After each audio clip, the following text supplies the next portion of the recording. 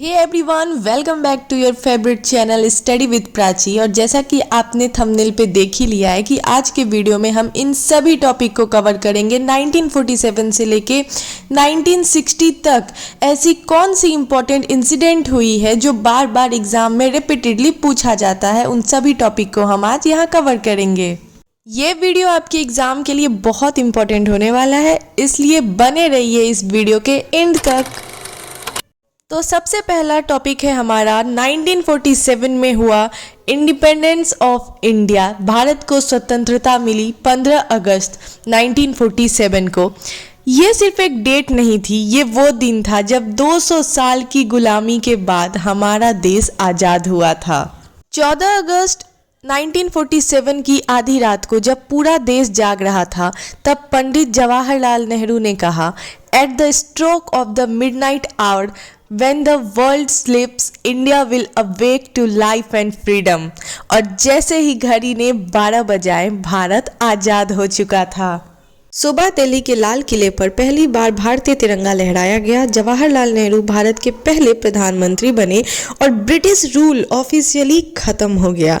लेकिन इस खुशी के साथ एक दर्द भी आया। क्या था वो दर्द? वो दर्द था बंटवारे का। 1947 में भारत का बंटवारा हुआ। इंडिया और पाकिस्तान अलग अलग देश बन गए। लाखों लोगों को अपना घर छोड़ना पड़ा, हजारों ट्रेनों में लाशें थी और आज़ादी की खुशी खून और आंसुओं में डूब गई।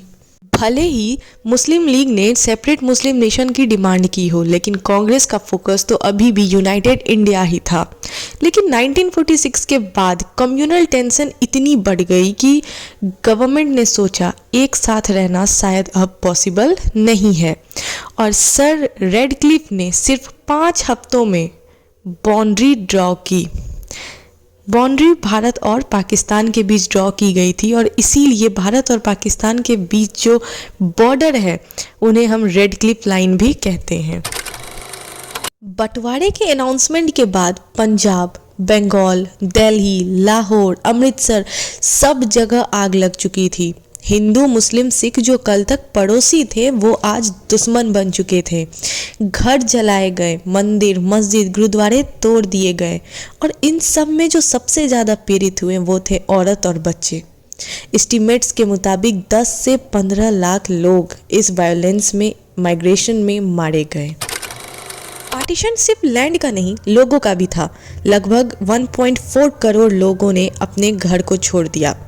ट्रेन जो जिंदगी लाने की काम करती थी वो लाशें ले आई, इसलिए हिस्ट्री में उन्हें कहा गया ghost train of partition. Pandit Jawaharlal Nehru ने कहा, we made a tryst with destiny.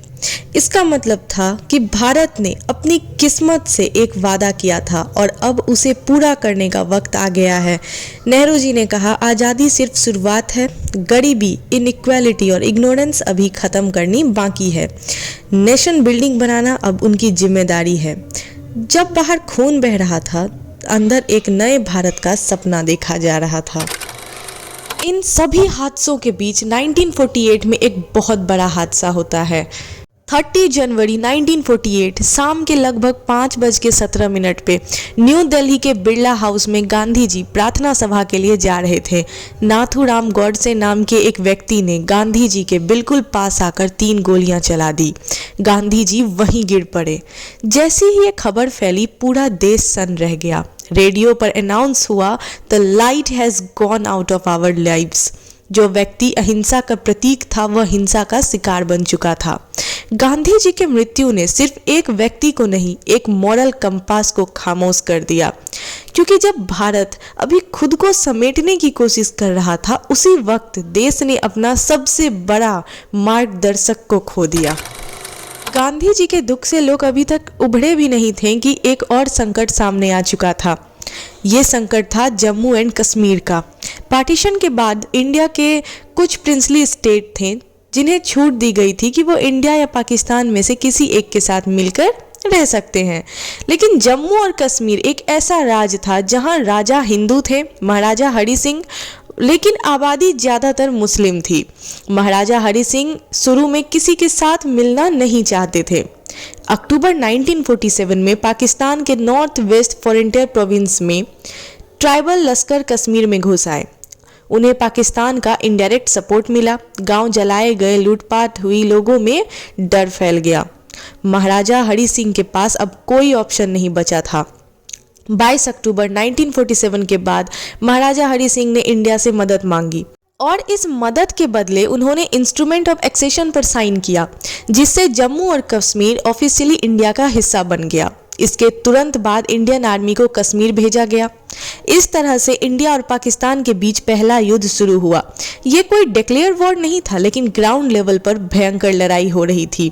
1948 में भारत इस मामले को यूनाइटेड नेशन के पास ले गया। यूएन ने सीज फायर का प्रस्ताव रखा। 1 जनवरी 1949 को सीज फायर लागू हुआ। इसी के साथ कश्मीर 2 हिस्सों में बंट गया, एक हिस्सा इंडिया के पास और दूसरा हिस्सा पाकिस्तान के पास, जिसे पाकिस्तान ऑक्यूपाइड कश्मीर कहा जाता है। इस युद्ध ने सिर्फ टेरिटरी का सवाल नहीं छोड़ा, बल्कि एक ऐसा विवाद पैदा किया जो आज तक पूरी तरह से सुलझ नहीं पाया है। 1948 में जब भारत एक तरफ बंटवारे, युद्ध और राष्ट्रीय असुरक्षा से जूझ रहा था, उसी वक्त लीडरशिप एक और चीज पर ध्यान दे रही थी और वो था फ्यूचर पावर। ये पावर सिर्फ मिलिट्री नहीं बल्कि साइंटिफिक और टेक्नोलॉजिकल थी। 1948 में भारत ने atomic energy commission of India की स्थापना की। इसका उद्देश्य था एटॉमिक एनर्जी को पीसफुल यूज, रिसर्च और development, long term energy security.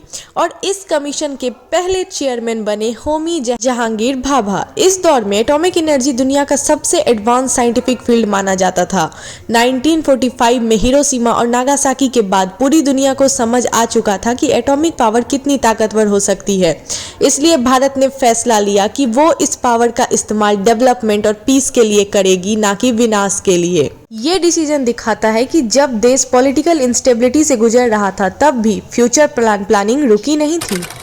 आज़ादी तो हमें मिल गई थी, लेकिन देश अभी भी पूरी तरह से एकजुट नहीं हो पाया था।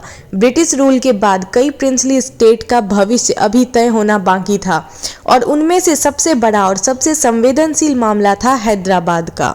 निजाम चाहते थे कि हैदराबाद इंडिया या पाकिस्तान किसी में भी ना मिले, बल्कि एक इंडिपेंडेंट स्टेट बने रहे। ये फैसला नए भारत के लिए स्ट्रेटेजिक और पॉलिटिकल दोनों तरह से खतरनाक था। अभी जो मैंने बोला कि निजाम, वो कौन थे, अगर आपको पता है तो कमेंट में जरूर बताइएगा। जवाहरलाल नेहरू और होम मिनिस्टर सरदार वल्लभ भाई पटेल पहले शांतिपूर्ण बातचीत के जरिए समाधान करना चाहते थे, लेकिन जब बातचीत असफल रहा और हालात बिगड़ने लगे, तब सरकार के पास लिमिटेड ऑप्शन रह गए थे।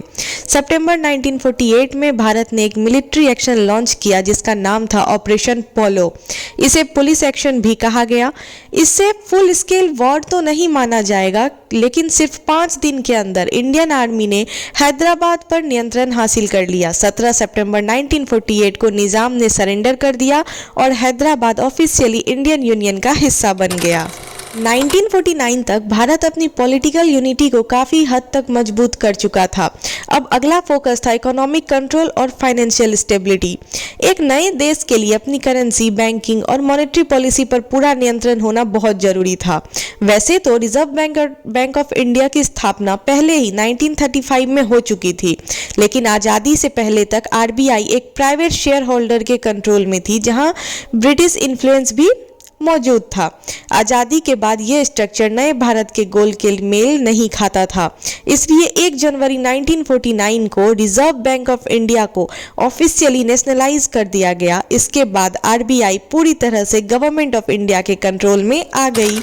1949 के अंत तक भारत ने पॉलिटिकल इंटीग्रेशन, सिक्योरिटी और इकोनॉमिक कंट्रोल जैसे बड़े कदम उठा लिए थे। अब जरूरत थी एक ऐसे डॉक्यूमेंट की जो नए देश को रूल ऑफ लॉ के तहत बांध सके।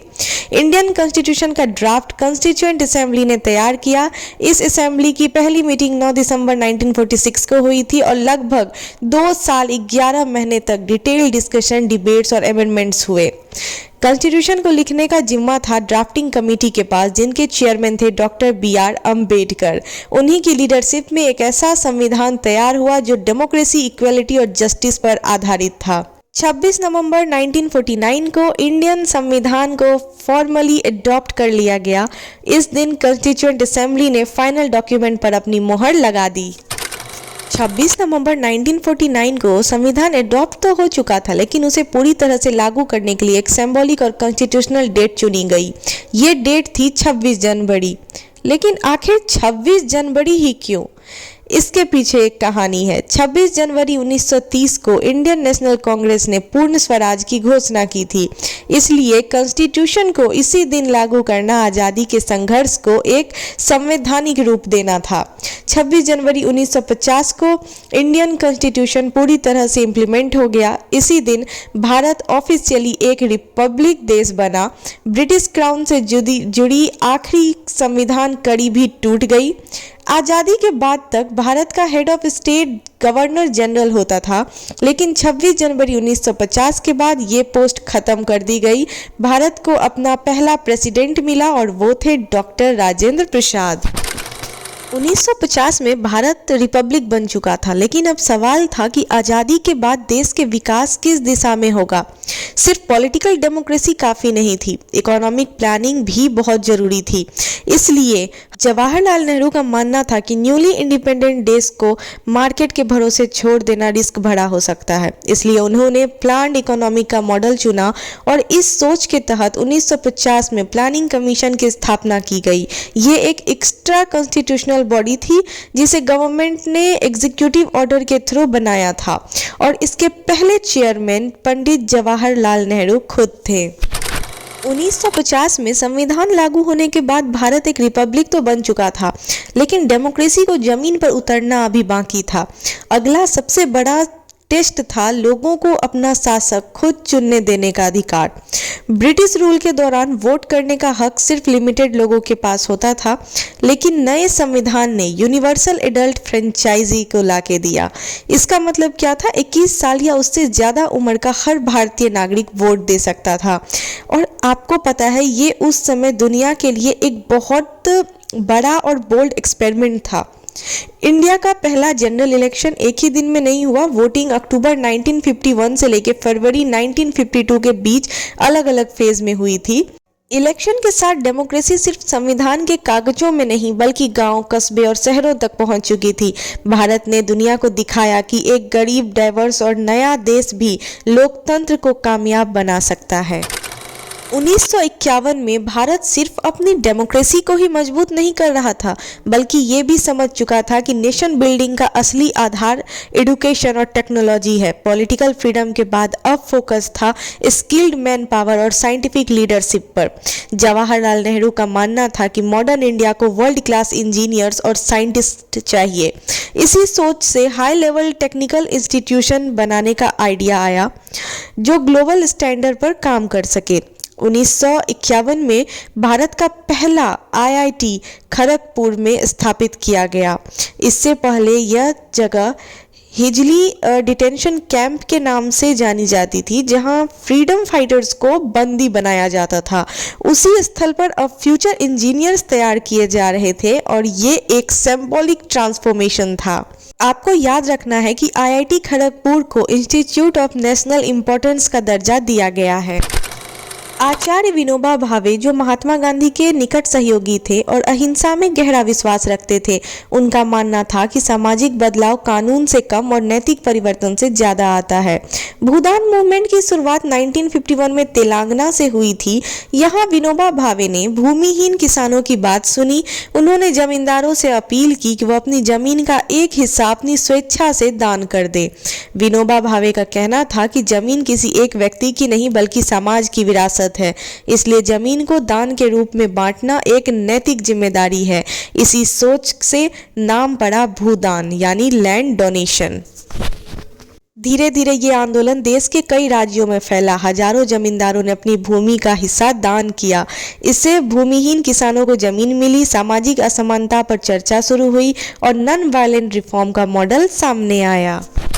1951 में जब भारत अपनी इकोनॉमी, डेमोक्रेसी और सोशल रिफॉर्म को शेप कर रहा था, एक और बड़ा कदम उठाया गया, रेलवे नेटवर्क पर पूरा राष्ट्रीय नियंत्रण करने का। रेलवे सिर्फ ट्रांसपोर्ट का माध्यम नहीं थी, ये भारत की इकोनॉमिक और एडमिनिस्ट्रेटिव बैकबोन थी। ब्रिटिश रूल के दौरान इंडियन रेलवे अलग अलग प्राइवेट कंपनीज के थ्रू चलाई जाती थी।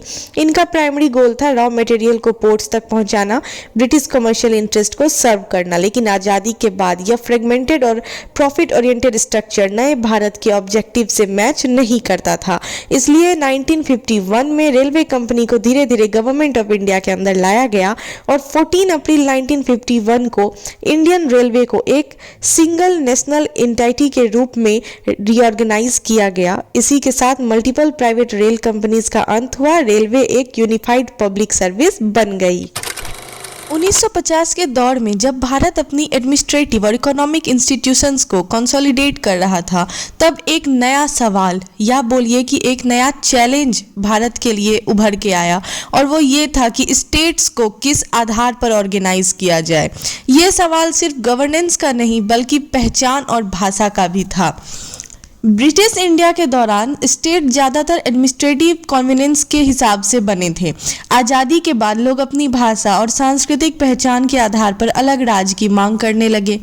इस डिमांड का सबसे तेज और प्रभावी रूप दिखा तेलुगु बोलने वाले इलाकों में। तेलुगु स्पीकिंग लोगों के लिए मद्रास प्रेसिडेंसी के अंदर रहना संवेदनशील मुद्दा बन चुका था। 1 अक्टूबर 1953 को आंध्र स्टेट का गठन किया गया। ये भारत का पहला राज्य था जो लिंग्विस्टिक बेसिस पर बना था। आंध्र स्टेट के गठन ने एक प्रेसिडेंट सेट किया। इसने दिखा दिया कि नए भारत लोगों की भाषाई पहचान को कॉन्स्टिट्यूशनल फ्रेमवर्क के अंदर समाधान देने को तैयार है। ट्रांसपोर्ट और कम्युनिकेशन नेशन बिल्डिंग के लिए उतने ही जरूरी थे जितने कि रोड्स और रेलवेज। एयर इंडिया की शुरुआत 1932 में टाटा एयरलाइन के रूप में हुई थी, जिसके फाउंडर थे JRD टाटा। 1946 में ये एयर इंडिया इंटरनेशनल बनी और भारत की इंटरनेशनल करियर के रूप में काम करने लगी। आज़ादी के बाद भी ये एक प्राइवेट कंपनी ही थी। 1953 में गवर्नमेंट ऑफ इंडिया ने एयर इंडिया को नेशनलाइज कर दिया। इसके साथ ही एयर ट्रांसपोर्ट सेक्टर में स्टेट कंट्रोल स्टेब्लिश हो गए। नेशनलाइजेशन के बाद air India government on airline बन गई। JRD टाटा इसके फर्स्ट चेयरमैन बने रहे।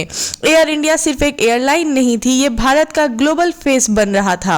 इंटरनेशनल रूट्स पर एयर इंडिया के एयरक्राफ्ट नए भारत की आइडेंटिटी लेकर उड़ रहे थे।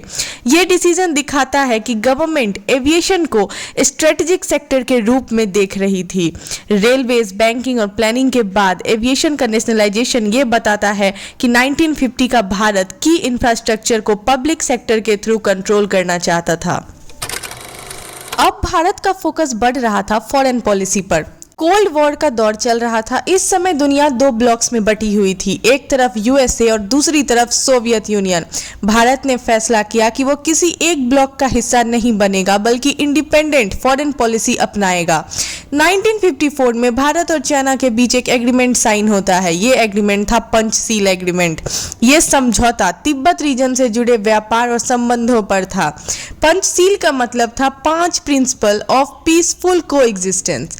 एक दूसरे की टेरिटरी को इंटीग्रिटी और सॉवरेनिटी का सम्मान मिलेगा।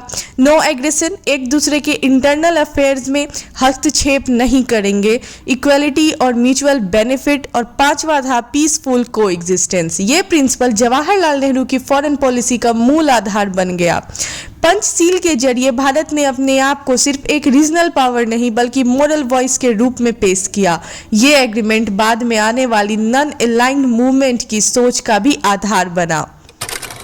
इन सब के बीच एक नया सवाल सामने आया, क्या शादी धर्म से बंधी रहेगी? क्या कानून के जरिए सबके लिए एक जैसे अधिकार होंगे? आज़ादी के बाद भारत में शादी और परिवार से जुड़े कानून अलग अलग धर्मों के पर्सनल लॉज के अंडर आते थे। इसका मतलब था कि इंटर रिलीजियस या सिविल मैरिज के लिए कोई स्ट्रॉन्ग यूनिफॉर्म लीगल ऑप्शन मौजूद नहीं था। इस गैप को भरने के लिए 1954 में स्पेशल मैरिज एक्ट लागू किया गया। ये एक्ट क्या काम करता था? ये आपको अलाउ करता था कि 2 अलग धर्मों के लोगों को शादी करने का अधिकार है। बिना धर्म बदले सिविल मैरिज कर सकते हैं। शादी का रजिस्ट्रेशन एक लीगल प्रोसेस के थ्रू होगा। स्पेशल मैरिज एक्ट के तहत शादी स्टेट के सामने रजिस्टर्ड होती है। हस्बैंड वाइफ के राइट्स और ड्यूटीज क्लियरली डिफाइंड होते हैं। सक्सेशन और डाइवोर्स के लिए लीगल प्रोविजन होते हैं। इससे शादी सिर्फ धार्मिक संस्कार नहीं बल्कि संवैधानिक राइट बन गई। स्पेशल मैरिज एक्ट कॉन्स्टिट्यूशन के सेक्युलर कैरेक्टर को ग्राउंड लेवल पर अप्लाई करता था। ये कानून दिखाता है कि नया भारत इंडिविजुअल फ्रीडम और इक्वलिटी को सामाजिक कानून से के जरिए भी प्रोटेक्ट करना चाहता था। अब भारत को आज़ादी दिलाने से लेकर नए भारत बनाने तक में जिन्होंने इतना सबसे ज़्यादा योगदान दिया उनके लिए राष्ट्र सम्मान भी तो जरूरी है। नेशन बिल्डिंग के दौर में कंट्रीब्यूशन को पहचान देना उतना ही जरूरी माना गया। 1954 में भारत का सबसे बड़ा सिविलियन अवार्ड भारत रत्न शुरू किया गया। ये सम्मान देश के लिए एक्सेप्शनल सर्विस या कंट्रीब्यूशन के लिए दिया जाता है। शुरुआत में ये अवार्ड सिर्फ आर्ट्स, लिटरेचर, साइंस और पब्लिक सर्विस के लिए था। इस साल पद्मा अवार्ड भी शुरू किए गए, यानी कि 1954 में ही। पद्मा अवार्ड 3 श्रेणियों में होते हैं, पद्म विभूषण, पद्म भूषण और पद्मश्री। ये अवार्ड्स नेशन बिल्डिंग के अलग अलग फील्ड में योगदान को सम्मानित करने के लिए था। भारत रत्न और पद्म अवार्ड के साथ भारत को अपना सिविल ऑनर सिस्टम मिल गया। इससे पहले ऐसे नेशन लेवल सिविलियन अवार्ड का कोई स्ट्रक्चर सिस्टम नहीं था। 1954 के ये अवार्ड्स ये दिखाते हैं कि नया भारत सिर्फ पावर और पॉलिसी से नहीं बल्कि प्रेरणा और पहचान के जरिए भी अपनी आइडेंटिटी बना रहा था। 1955 आते आते इंडिया सिर्फ पॉलिटिकल और कॉन्स्टिट्यूशनल रिफॉर्म्स तक लिमिटेड नहीं रहा बल्कि इकोनॉमिक कंट्रोल और पब्लिक वेलफेयर पर भी फोकस और स्ट्रांग हो चुका था। इस कंटेक्स्ट में 1955 में स्टेट बैंक ऑफ इंडिया यानी एसबीआई को नेशनलाइज किया गया। पहले यह bank imperial bank of India के नाम से काम करता था, जो ब्रिटिश टाइम का लेगेसी था। गवर्नमेंट ने इसे नेशनलाइज करके स्टेट बैंक ऑफ इंडिया बना दिया ताकि बैंकिंग सिस्टम सिर्फ सिटीज और इलाइट्स तक सीमित ना रहे। एसबीआई का मेन ऑब्जेक्टिव था rural areas, farmers, small traders और कॉमन सिटीजन तक बैंकिंग फैसिलिटी पहुंचाना। इस स्टेप के साथ गवर्नमेंट ने यह सिग्नल दिया कि इंडिया का डेवलपमेंट सिर्फ इंडस्ट्रीज का बिग सिटीज के लिए नहीं बल्कि गांव-गांव तक होगा। एसबीआई के थ्रू लोन्स, सेविंग्स अकाउंट्स और क्रेडिट फैसिलिटी को एक्सपेंड किया गया, जो आगे चलकर प्लान्ड इकोनॉमी और 5 ईयर प्लान्स को सपोर्ट करने में बहुत काम आया। बैंकिंग सेक्टर अब डायरेक्टली नेशन बिल्डिंग का हिस्सा बन चुका था, जहां फाइनेंस को सोशल डेवलपमेंट से जोड़ दिया गया। इसी तरह 1950 के मिड इंडिया एक ऐसा फ्रेमवर्क तैयार कर रहा था जहां स्टेट कंट्रोल, वेलफेयर पॉलिसीज और लॉन्ग टर्म प्लानिंग एक साथ चल रही थी। 1955 में इंडियन पार्लियामेंट ने अनटचेबिलिटी एक्ट पास किया। इस एक्ट का सीधा मतलब था कि छुआछूत सिर्फ गलत नहीं बल्कि एक जुर्म है। इंडियन कॉन्स्टिट्यूशन के आर्टिकल 17 में पहले ही अनटचेबिलिटी को एबोलाइज कर दिया गया था, लेकिन 1955 का ये एक्ट आर्टिकल 17 को ग्राउंड लेवल इम्प्लीमेंटेशन देता है। अब अनटचेबिलिटी सिर्फ एक सोशल इविल नहीं बल्कि पनिशेबल ऑफेंस बन चुकी थी।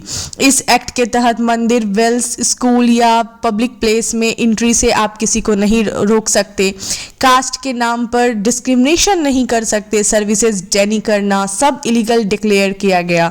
इन सब के लिए फाइन और इम्प्रिजनमेंट दोनों का प्रोविजन था। ये एक्ट गांधी जी के सोशल इक्वलिटी के विजन और डॉक्टर बी.आर. अम्बेडकर के संवैधानिक आइडल्स दोनों का प्रैक्टिकल एक्सटेंशन था। स्टेट ने पहली बार क्लियर कहा कि कास्ट डिस्क्रिमिनेशन टॉलरेट नहीं की जाएगी।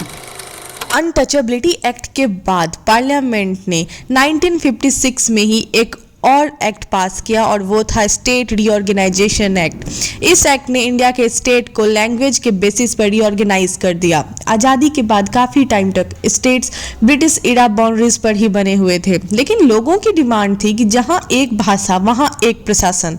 इसी प्रेशर के चलते 1953 में आंध्र स्टेट बना और इसके बाद पूरे देश के लिए कॉम्प्रहेंसिव रीऑर्गेनाइजेशन की जरूरत महसूस हुई। गवर्नमेंट ने स्टेट रीऑर्गेनाइजेशन कमीशन बनाया। इस एक्ट के बाद स्टेट और यूनियन टेरिटरीज का स्ट्रक्चर बदला, लिंग्विस्टिक आइडेंटिटी को संवैधानिक रिकॉग्नाइजेशन मिला, एडमिनिस्ट्रेटिव इफिशिएंसी इंप्रूव हुआ। इंडिया के पॉलिटिकल मैप पहली बार लोगों की कल्चर और लिंग्विस्टिक आइडेंटिटी का साथ अलाइन हुआ। भाषा के बेसिस पर स्टेट बनाना एक बहुत बड़ा रिस्क था, लेकिन लीडरशिप का मानना था कि डाइवर्सिटी को इग्नोर करने से नहीं, एक्सेप्ट करने से ही हमारी यूनिटी स्ट्रांग होती है। 1956 का स्टेट रीऑर्गेनाइजेशन एक्ट ये प्रूफ था कि भारत अपनी यूनिटी को फ्लेक्सिबिलिटी और डेमोक्रेसी के साथ मैनेज कर सकती है। और हमारा इस वीडियो का लास्ट टॉपिक 1960 में हुआ था इंडस वाटर ट्रीटी। इंडिया और पाकिस्तान के बीच ये ट्रीटी साइन हुई। ये ट्रीटी दुनिया का सबसे इंपॉर्टेंट ट्रांसबाउंडरी रिवर एग्रीमेंट्स में से एक मानी जाती है। पार्टीशन के बाद इंडस रिवर सिस्टम दो अलग अलग देशों के बीच डिवाइड हो गया था। रिवर का सोर्स भारत में था जबकि उनका लार्ज फ्लो पाकिस्तान से गुजरता था। इसी वजह से वाटर शेयरिंग को लेकर सीरियस टेंशन बनी रहती थी। Indus water treaty world bank की मेडिएशन में हुई। ये सिर्फ बायलैटरल एग्रीमेंट नहीं थी बल्कि एक इंटरनेशनली गारंटेड ट्रीटी थी। ट्रीटी के तहत ईस्टर्न रिवर्स यानी रावी, बीज, सतलज इंडिया में आ गया और जो वेस्टर्न रिवर्स थे इंदस, झेलम, चेनाब ये पाकिस्तान में आ गए। इंडिया को वेस्टर्न रिवर्स पर लिमिटेड यूज का अधिकार दिया गया जिससे इरिगेशन और हाइड्रो पावर होता रहे। सबसे इम्पॉर्टेंट बात यह है कि इंडिया पाकिस्तान के बीच वॉर और टेंशन के बावजूद ये ट्रीटी आज तक लार्जली इंटैक्ट रही है। ये दिखाता है कि पानी जैसे सेंसिटिव इशू पर भी डायलॉग और डिप्लोमेसी पॉसिबल है। 1947 से 1960 तक का सफर तो यहाँ पे खत्म हो गया, लेकिन कहानी यहाँ खत्म नहीं होता है। कहानी इससे आगे भी है और इसके बाद भी 1960 में ये इंडस वाटर ट्रीटी के बाद भी 1961 में भी, 1962 में एंड अभी तक बहुत सी ऐसी इंसिडेंट हुई है जो बार बार एग्जाम में रिपीटेडली पूछी जाती है। अगर आप चाहते हो कि 1960 के बाद क्या हुआ ये इसका भी एक पार्ट आए तो कमेंट में लिखिए नेक्स्ट पार्ट। तो मैं नेक्स्ट पार्ट में एक वीडियो लेके आऊँगी जिसमें 1960 के आगे की कहानी होगी। बाकी अगर आपको वीडियो अच्छी लगी हो, ये जो स्टोरी है ये नॉलेजेबल लगी हो, इन्फॉर्मेटिव लगी हो तो मेरे वीडियो को लाइक ज़रूर कीजिए, अपने फ्रेंड्स के साथ सबके साथ शेयर कीजिए एंड मेरे चैनल को सब्सक्राइब कीजिए ऐसी ही वीडियोस के लिए। एंड हाँ, कमेंट नेक्स्ट पार्ट।